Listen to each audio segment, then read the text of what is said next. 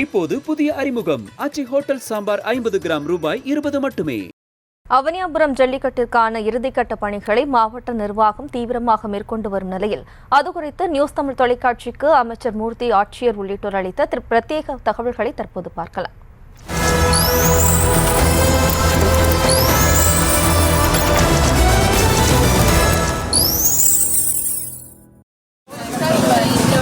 அவனியாபுரம் ஜல்லிக்கட்டில் முன்னேற்பாடுகள்லாம் எப்படி போயிட்டு இருக்கு அப்படிங்கிறத ஆய்வு நடந்துருக்கீங்க.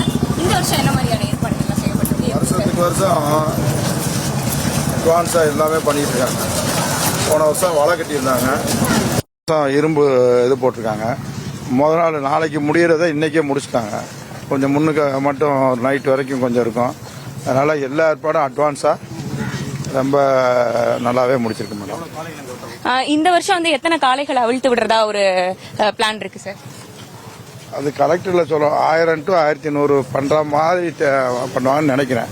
அதே மாதிரி மக்கள் கூட்டம் இந்த வட்டம் எவ்வளவு எக்ஸ்பெக்ட் பண்றீங்க? அண்ட் அதுக்கு எவ்வளவு பாதுகாப்பு ஏற்பாடுகள்லாம் என்ன மாதிரி செய்யப்பட்டிருக்கு சார்? கமிஷனர், மாநகராட்சி கமிஷனர் வந்து இது போலீஸ் கமிஷனர் அட்வான்ஸ் 1500 பேர் சொல்லியிருக்கிறாங்க. மக்கள் வந்து எப்பயும் போல வருவாங்க, எல்லா பாதுகாப்பும் கொடுத்துருக்குறாங்க. இந்த முறை வந்து ஜல்லிக்கட்டை பார்வையிடுறதுக்காக துணை முதல்வர் அவரே வந்து டைரக்டா வந்து பார்க்க இருக்காரு. சோ என்ன மாதிரியான ஏற்பாடுகள்லாம் அதுக்கு செய்யப்பட்டிருக்கு சார்? வருஷம் துணை முதல்வர் வந்துட்டு தான் இருக்காரு. முதலமைச்சர் வந்திருக்காரு. இப்ப துணை முதல்வர் வந்து 16ஆம் தேதி அலங்காநல்லூர் ஜல்லிக்கட்டை துவக்க வர்றாரு. இல்ல, நம்ம டாக்டர்ஸ் மட்டும் 8 பேர் டீம் போட்டிருக்கிறோம். அங்க அந்த ஜல்லிக்கட்டு நடக்கிற நேரத்தில் காயப்படுறவங்களுக்கு ட்ரீட் பண்றதுக்கு. இப்ப இங்க மார்னிங் வந்து 5 மணிக்கெல்லாம் நம்ம காளைகள் வந்துரும்.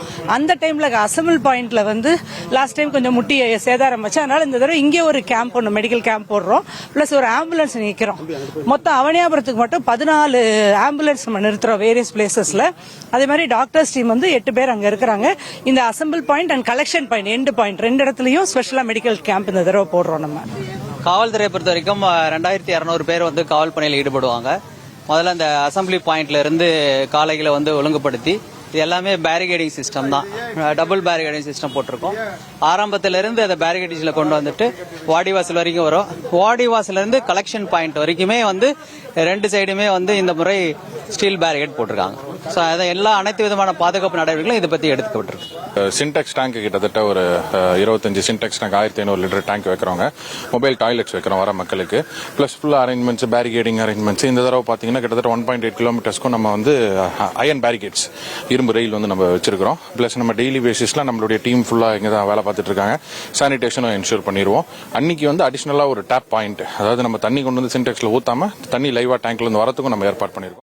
இப்போது புதிய அறிமுகம் ஆச்சி ஹோட்டல் சாம்பார் 50 கிராம் ரூபாய் 20 மட்டுமே.